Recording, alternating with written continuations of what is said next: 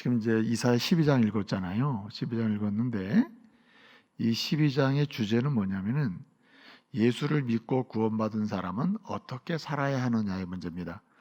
예수를 또 다른 말로 하면 예수를 믿고 구원받은 사람이라면 어떻게 필연적으로 살 수밖에 없는가? 어떻게 살아야 하는가?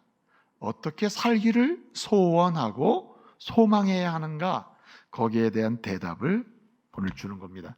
한마디로 믿음으로 어떻게 살아야 되느냐는 거죠. 우리 인생 여정 중에 절대 잊어버리지 말아야 될 그 믿음, 구원받은 자로서 믿음으로 사는 사람은 어떻게 살아야 하고 어떻게 살 수밖에 없으며 어떻게 살기를 소망해야 하는지 거기에 대한 대답이 오늘 12장입니다.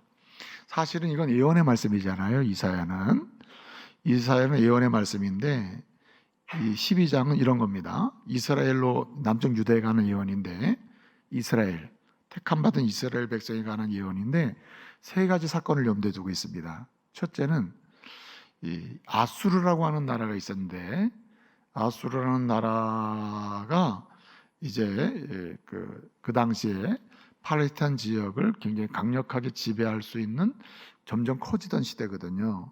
그런데 주변 예컨대 뭐 바벨론이나 애굽이나 이런 나라가 남쪽 여들을 이제 괴롭히고 또는 더 중요한 게 뭐냐 가장 가까이에 남과 북이 분단돼 있었단 말이에요. 이스라엘이 그때 분단돼 있을 때 북쪽 이스라엘과 그 바로 북쪽에 이스라엘 북쪽에 있던 나라가 뭡니까? 오늘날로 말하면 시리아이고 그 당시에 말로 하면 이제 아람입니다. 아람과 북쪽 이스라엘이 연합군을 만들어 가지고 남쪽 유다를 괴롭혔습니다. 이 다윗 왕조의 전통성을 이어받은 이스라엘이 남쪽 유다였잖아요. 이 남쪽 유다를 괴롭히는 겁니다. 북쪽 이스라엘과 그 위에 있는 아람이 연합군을 형성해서 남쪽 유다를 괴롭히는 거예요. 그럴 때 여러분 남쪽 유다가 어떻게 했어요? 그 당시 이제 아하스인데 요 앞에 7장부터 나오는 이야기가 이제 아하스 왕이 관련된 이야기거든요. 이 아하스 때인데 이 아하스가 어떻게 됩니까? 이사야의 뜻이 뭐라 그랬죠? 이사야라는 이름의 뜻이 뭐예요? 여호와는 구원이다. 이런 뜻이거든요.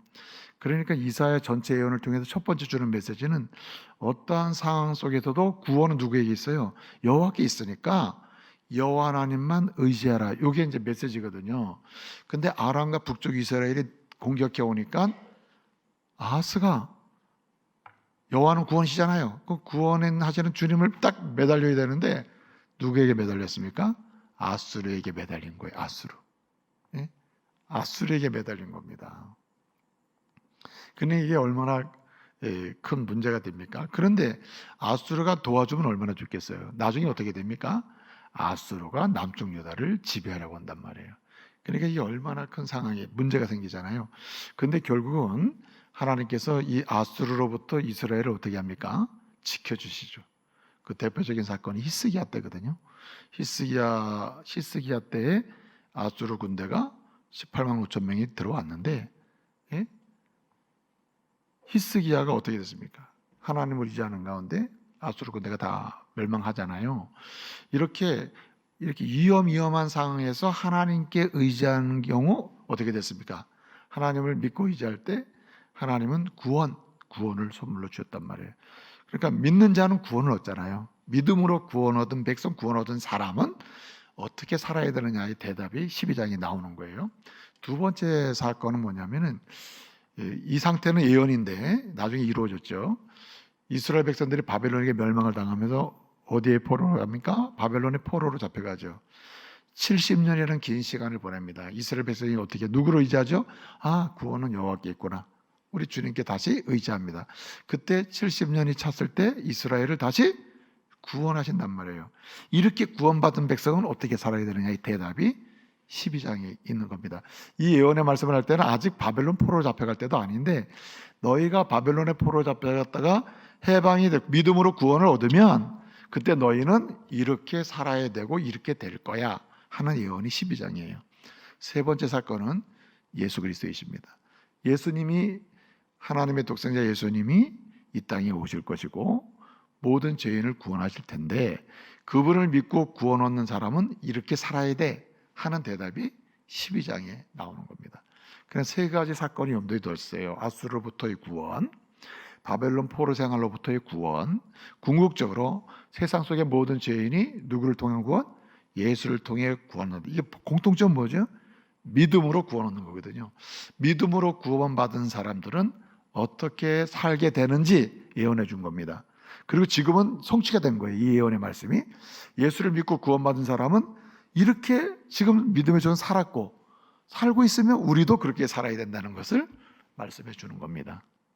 우리 평생에 믿음으로 구원받은 사람으로서 뭘 잊어버리면 안 됩니까? 가장 중요한 것, 믿음을 우리 안에 지키고 믿음으로 사는 가운데 약속된 복을 누리는 사람이 돼야 한다는 거죠. 그럼 믿음으로 어떻게 살아야 되죠? 믿음으로 구원받은 사람은 어떻게 살아야 됩니까? 해답이 딱 하나예요. 오늘 1절 그리고 4절에서 1절에서 선포하고 설명해주고 4절에서 선포하고 5절 6절에 설명해 주는데 1절과 4절에서 대답을 줍니다. 1절에 이렇게 얘기합니다. 내가 말하기를 설명이 쭉 한 다음에 나는 뭐 하겠다고 얘기합니까? 주께 감사하겠나이다. 이건 무슨 얘기냐면요, 믿음으로 구원받은 사람이라면 이 극히 아름다운 일을 우리에게 주신 그분을 뭐 하면서 감사하며 살아야 된다는 거예요. 그래서 믿음으로 산다는 것은 곧 믿음으로 감사하며 사는 것이다, 이 얘기예요. 그리고 4절을 보게 되면 이걸 이렇게 선언합니다. 너희가 곧 말하기를 여호와께 뭐하라? 감사하라고 얘기하라. 이 말은 내가 나만 감사할 뿐만 아니라 다른 사람도 감사하도록 그렇게 자기에게 선포하고 다른 사람에게도 선포하라는 거죠. 그래서 믿음으로 사는 사람의 구체적인 삶의 방식은 바로 감사라는 말입니다. 그러므로 저와 여러분이 믿음으로 구원받은 사람으로서 믿음을 지키며 살 때 이 가시적인 표시가 곧 감사이니 일상에서 감사하면서 믿음으로 살아가는 우리 사랑하는 형제자매들 되시기 바랍니다. 4절을 보게 되면 뭐라고 얘기합니까? 그의 이름을 부르며 했습니다. 그의 이름을 부른다. 무슨 얘기예요? 그의 이름을 부르며 우리의 이야기를 말씀드리는, 기도를 드린다. 그래서 여러분, 전능하신 하나님이 날 구원하셨어, 지극히 아름다운 일을 하신 분이야 라고 신뢰하면서 그분께 기도하잖아요. 이건 주님을 향한 감사의 태도예요. 감사한 마음이 없으면 그분에게 매달리겠어요? 그래서 진정한 감사는 드리는 것이다. 고백을 드리고 회개를 드리고 찬송을 드리고 기도를 드리는 것이다. 질문합니다. 여러분 보세요. 그러면 고백이 있고 회개가 있고 찬송이 있고 기도가 드려지는 이 모든 것이 한 번에 이루어지는 현장이 뭐죠? 예배입니다. 예배. 그래서 믿음으로 구원받은 사람은 감사하며 살아야 되는데 감사의 시작은 예배에 있다, 이 말을 드리는 겁니다. 그래서 여러분 평생에 내가 다른 것은 몰라도 예배의 주인공이 되어야 되겠다, 예배에는 삶을 드려야 되겠다, 예배에는 어떤 상황에서 예배는 지켜야 되겠다, 개인 경건으로서 예배든 공동체 예배든 예배를 드림으로 하나님께 감사하는 사람이 되어야 되겠다, 이런 결단과 태도와 그리고 습관과 즐거움을 형성할 수 있기를 말씀으로 축복합니다. 그래서 이 예배가 대단히 중요합니다. 여러분 요즘은 지금 이 시간에도 아마 영상 예배 드리시는 분이 있는데 몸이 아프거나 불편한 분들이 영상 예배 드리는 것은 아주 좋죠. 하나님 주신 선물이죠, 영상 예배가. 그런데 나와도 드릴 수 있고 나눌 수도 있고 의지의 결단으로 내가 걸어올 수도 있는데 내가 예배를 드리지 않는다, 나는 혼자 집에서 화상을 드린다, 이거는 하나님께 드리는 감사가 아닙니다. 여러분 오늘 본문 말씀 보게 되면 믿음으로 구원받은 자는 어떻게 살아야 되느냐? 감사하며 살아야 된다. 어떻게 감사해야 되느냐? 드려야 되는데 이렇게 얘기합니다. 1절에서는 너는 말하기를 나는 감사하게 하면서 감사하며 살겠습니다, 이렇게 말하라고 얘기했고 4절은 주어가 바뀌어요. 너는 말하기를 읽게 됐는데 1절은 4절부터는 주어가 바뀝니다. 너희는 또 말하기를, 4절에 너희는 또 말하기, 주어가 바뀌었잖아요. 단수에서 뭘로 바뀌었습니까? 복수로 바뀌었잖아요. 그리고 하나님께 감사하라, 이렇게 얘기한단 말이에요. 이 말은 뭐냐면 우리가 믿음으로 사는 자가 방법은 감사하며 사는 것인데, 감사의 첫 번째 방법은 드리는 거라 그랬잖아요. 이 회개를 하던 핵심은 전체 예배인데, 예배를 드릴 때 하나님께 감사가 되는데, 홀로 드리는 예배도 중요하지만 궁극적으로는 어떻게? 함께 드려야 한다는 겁니다. 함께. 오늘 12장의 결론이에요. 함께 예배하라는 겁니다. 그래서 우리는 모이는 겁니다. 이렇게 교회로 모이는 거예요. 그런데 드릴 수 있는데도 불구하고 계속 홀로 하는 것은 사단의 밥이 되는 거예요. 사단의 공격의 대상이 돼요. 그렇기 때문에 함께 하는 것이 그만큼 중요한 겁니다. 오늘 주어가 바뀐다는 걸 기억하셔야 돼요. 나 홀로 시작했지만 결국 마지막 예배는 함께라는 거예요. 함께. 두 번째는요, 이 두 번째 방법은 첫째는 드리며이고 둘째는 누리며입니다. 누리며. 오늘 3절을 보게 되면 그러므로 너희가 믿음으로 구원받았느냐? 감사하며 살아야 된다. 어떻게 감사하며 살아야 되느냐? 누리며 감사하며 누리는 거예요. 누리는 게 감사하는 것이다. 그래서 3절을 보게 되면 기쁨으로 구원의 운물 들에서 뭘 기르리로다? 물을 기르리로다 했습니다. 기쁨으로 구원의 운물들에서 물을 기르리로다. 오늘 여기 비유입니다. 우물은 구원이고 물은 기쁨입니다. 구원을 받은 사람이 날마다 감사하는 방법이 뭐냐면 기쁨을 퍼내며 살아야 된다는 거예요. 한마디로 구원의 기쁨을 누리며 살아야 된다는 거예요. 그래서 여러분 보세요. 믿음으로 구원받은 사람은 건설을 만들어서 즐길 줄 알아야 돼요. 그래서 여러분 믿음의 사람들 보편적으로 하는 게 뭡니까? 생일이다 내가 하나님 나를 보내주셔서 너무 감사합니다. 생일 감사금도 드리고 생일을 맞이해서 또 기도회도 나오고 또 그런 경우도 많이 있잖아요. 이게 건수를 만드는데 본질적으로 하나님이 내게 주신 것을 누릴 줄 아는 겁니다. 요즘에 어르신들이 해갑잔치 하면 욕먹는다 그러잖아요. 근데 여러분 해갑을 하고 해갑잔치를 자녀들에게 해갑잔치 해달라면 욕먹을 거 아니에요. 근데 자기가 즐겨야 돼요. 내가 하나님 보내신 60년이 됐네. 너무 감사하다. 누리는 겁니다. 그리고 상을 차려놓고 자식들을 오라라는 거예요. 얘들아 내가 올해 60을 맞이했다. 너무너무 하나님께 감사하다. 내가 밥을 사겠다. 와서 식탁 교제하자. 이렇게 이제 되는 거죠. 여러분 가족을 뭐라고 부릅니까? 가족을 다 부르는 다른 말이 뭐가 있습니까? 식구가 있어요. 식구. 왜 가족입니까? 같이 먹고 마시기 때문이죠. 같이 먹고 마시는 거예요. 그건 누리는 거거든요. 누리는 거. 같이 먹고 마실 때 목적을 가지고 하는 게 아닙니다. 그냥 먹고 마시고. 우리 가족들이 모여서 먹고 마실 때 뭐 용돈을 많이 타내기 위해서 밥을 먹습니까? 아니잖아요. 그냥 같이 먹고 마시는 게 누리는 거거든요. 기쁨을 누리고 주님이 주신 은혜를 누리는 겁니다. 그래서 최고의 감사는 주님이 주신 은혜를 누릴 줄 아는 거예요. 은혜를 주셨는데도 누리지 못하면 이건 감사하는 생활이 아니라는 거죠. 그래서 제가 아까 말씀을 인용했습니다만은 요한복음 10장 10절을 보게 되면 내가 이렇게 목자로 온 것은 양으로 하여금 내 양으로 하여금 생명을 얻고 더 풍성히 누리게 하려 함이라 그랬거든요. 누리는 겁니다. 누리는 거. 생명의 은혜를 누리는 거, 기쁨을 누리는 거. 그래서 여기 우물은 구원을 가리키거든요. 구원을 비유하는 말이고 물은 기쁨을 가리키는 말인데 우물들이 복수잖아요. 복수. 구원은 단회적 사건이거든요. 예수를 믿으면 단번에 구원받지 구원받았다가 없어졌다 이런 게 아닙니다. 그러면 이 말씀의 뜻이 뭡니까? 예수를 믿음으로 하나님의 자녀가 되어 단번에 구원받고 이 구원받은 자들은 어떻게 살아야 되느냐? 삶의 여정 중에 때로는 시험의 함정에 빠지고 뭐 넘어지기도 하고 또 이렇게 건강에 문제 생기고 이럴 수도 있잖아요. 그럴 수 있는데 그럴 때마다 우리 하나님 어떻게 하십니까? 우리는 믿고 있잖아요. 나를 건져주실 하나님, 죄와 사망에서 건져 자녀 삼으신 하나님은 내 삶의 문제에서 날마다 건지실 것이 확실하기 때문에 그때도 뭘 누립니까? 기쁨을 퍼마시면서 그때도 주님이 나에게 은혜를 주실 것임을 고백하면서 감사를 누려야 한다는 거죠. 그래서 이 공적으로는요, 공적으로 드림의 공적인 것은 예배이고, 누리는 것에 기쁨을 누리는 것, 은혜를 누리며 감사하는 것은 공적인 것이 성찬입니다. 성찬은 뭐 하는 거예요?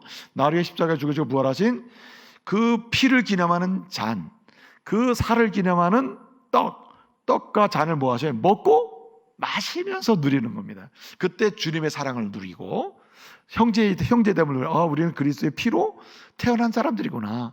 혈통이 같다 그러죠. 예수의 피의 혈통이잖아요. 그럼 먹고 마시고 함께 누리는 겁니다. 그래서 성찬은 가장 위대한 누림의 장소예요. 그래서 여러분 성찬식에 참여해 보셨죠? 성찬식에 참여하면 주제가 세 가지로 진행됩니다. 첫째는 회개, 둘째는 감사, 셋째는 결단으로 가거든요.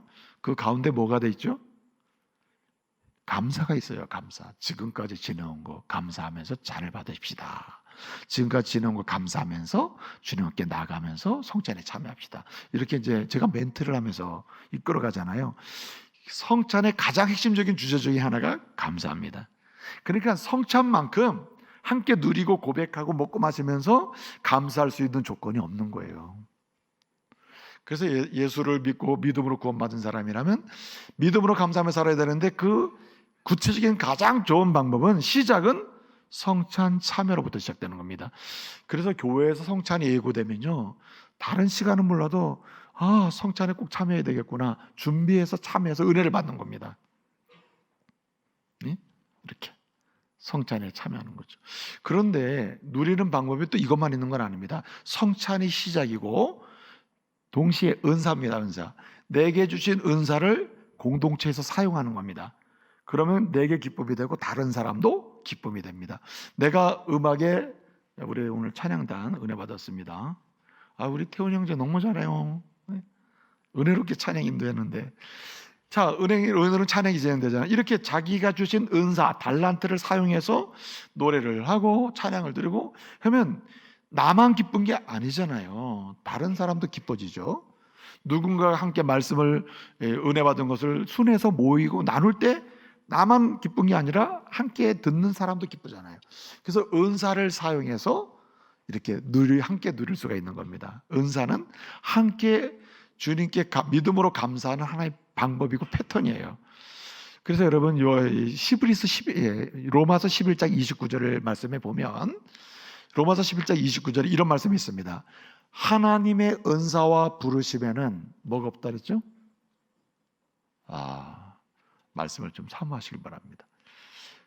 로마서 11장 29절 보면은 하나님의 은사와 그 부르심에는 후회하심이 없느니라. 후회하심이 없다. 그래, 하나님 우리의 은사 주시잖아요. 그 은사는 사용하면 사용할수록 놀라운 기쁨이 샘솟지 이것 때문에 절망에 빠지진 않아요. 여러분에게 어떤 은사가 있습니까? 하나님이 주신 은사를 사용할수록 이거 누리는 겁니다. 여러분이 무슨 사랑의 은사가 있다, 무슨 구제의 은사가 있다, 또는 찬양의 은사가 있다, 또는 무슨 섬김의 은사가, 여러 은사가 있을 겁니다. 아무도 갖지 못한 악기 연주의 은사가 있다, 은사가 있을 텐데, 이런 은사를 사용함으로 우리는 함께 감사를 누릴 수가 있는 거예요. 기쁨을 누릴 수가 있습니다. 이것이야말로 최고의 하나님을 향한 감사가 된다는 거죠. 하나님이 은사를 줬는데 은사 준 거는 감사하지만 사용하는 거 있다, 이건 감사가 아니라는 거예요. 주신 은사를 마음껏 사용하는 겁니다. 주신 소유, 주신 많은 것들 있잖아요. 시간이 많다, 무슨 재능이 많다, 주신 것을 최대한으로 사용하는 겁니다.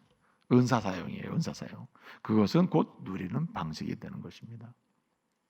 그래서 여러분 건수를 만들어서 감사하시길 바랍니다. 같이 누려야 돼요. 여러분, 믿음으로 사는 삶은 감사하는 삶인데 주님은 약속하셨습니다. 이렇게 드리며 누리며 또 나누며 이렇게 감사의 삶을 살아갈 때 하나님이 약속하신 게 미러클이에요. 미러클. 믿음의 사람들이 감사하며 살잖아요. 여긴 기적이 있습니다. 기적. 세 가지 패턴의 기적이 일어나는데, 하나는 우리 안에서 속사람, 계속적으로 주님이 좋아하는 인격으로 바뀌어요. 여러분, 나도 모르게 감사하는 삶이 내 삶의 주제가 돼버리잖아요. 언어도 바뀌고 사람이 부드러워져요. 왜 성질은 못 고친다는 말이죠. 성질도 고쳐요. 쟤는 따뜻한 사람이 돼요. 감사는 사람을 따뜻하게 만듭니다. 그런 기적이 일어나요. 여러분에게도 이런 기적이 있기를 바랍니다. 다 속사람이 바뀐다니까요. 사도 바울이 고린도후서 4장 15절 16절에서 한 말이 그 말이에요. 믿음의 사람들은 속사람이 잠깐 바뀌어가야 되는데 이건 구원의 은혜에 대한 감사밖에 길이 없는 거예요. 드리며 나누며 또 누리며 하며 살다 보면 하나님이 성령을 통해서 바꿔주신다는 거예요. 두 번째 기적이 있는데 내 인격만 내 속만 바뀌는 게 아니에요. 내 삶의 환경이 바뀌어요. 환경이 바뀐단 말이에요. 여러분, 환경이 남들이 보기에는 안 바뀐 것처럼 보여도 감사하는 사람에게는 환경이 바뀌어서 보이고 바뀌어서 길이 열린다는 거예요. 사도 바울이 에베소 교회에서 목회하는데 얼마나 힘들고 어렵겠어요. 디모데 목사님에게 편지를 합니다. 얼마나 디모데 목사님 얼마나 힘이 듭니까? 목회가 얼마나 어렵습니까? 힘든 일이 많죠. 그런데 뭐 하라 그랬어요? 감사는 상황을 바꿔놓는다. 디모데에게 편지 씁니다. 그래서 감사함으로 모든 걸 바라보는 게 중요하다. 디모데전서 4장 4절을 보게 되면 이런 말씀이 나와요. 하나님이 지으신 것은 선하지 않은 게 없다. 하나님이 지으신 모든 것, 세상 것 다 선하고 아름답다. 그러므로 어떠한 상황에서도 그것을 따라합시다. 감사함으로 받으면 따라합시다. 버릴 것이 없나니 버릴 것이 없다 그랬어요.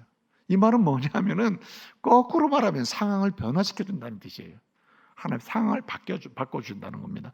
그러므로 저와 여러분이 이렇게 정말 믿음으로 구원받은 사람으로서 감사하며 삶을 살다가 이렇게 상황이 바뀌어지는 역사도 때를 따라 경험하시기 바랍니다. 이게 기적이에요, 기적.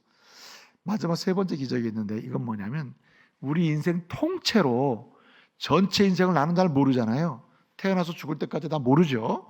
오늘만이 내 눈에 보이니까 모르잖아요. 그런데 주님은 내 인생 전체를 아시는 분이거든요. 그래서 감사하는 사람은 인생 전체가 날마다 새로운 하나님의 계획을 이루는 인생이 된다는 겁니다. 이게 진짜 기적이에요. 그래서 어디에 맞는 사람으로 바뀝니까? 천국에 맞는 사람으로 점점 변화가 일어나고 행복한 인생으로 가는 겁니다. 그러므로 저와 여러분이 오늘부터 이런 기적의 주인공들 되시길 바랍니다. 감사함으로 속도 바뀌고 감사함으로 상황도 바뀌고 감사함으로 내 인생 전체 통째로 새로워지는 역사도 지속적으로 경험하는 이런 기적을 맛보시기 바랍니다. 믿음으로 구원받은 자의 삶, 감사가 이런 기적을 만들어요.